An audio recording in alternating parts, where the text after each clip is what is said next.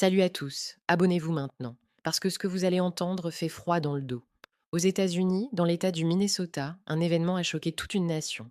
Un enfant de 5 ans seulement, a été arrêté par ICE, la police américaine de l'immigration. Oui, un enfant. À son retour de l'école. Les faits sont précis. Le garçon rentrait chez lui avec son père, après une journée normale d'école maternelle.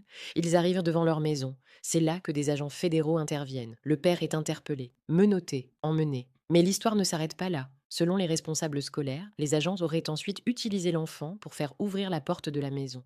Un enfant de 5 ans, utilisé comme appât. Des témoins supplient les agents. Laissez l'enfant ici, il y a un adulte. Refus catégorique.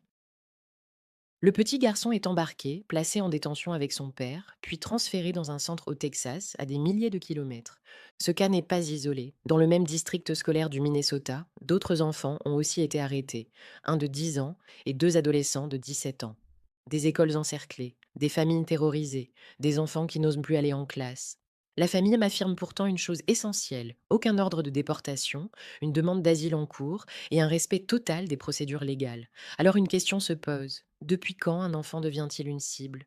Depuis quand le chemin de l'école mène-t-il à un centre de détention? Ce n'est plus seulement un débat sur l'immigration, c'est une question de limite morale, de droits humains et d'humanité.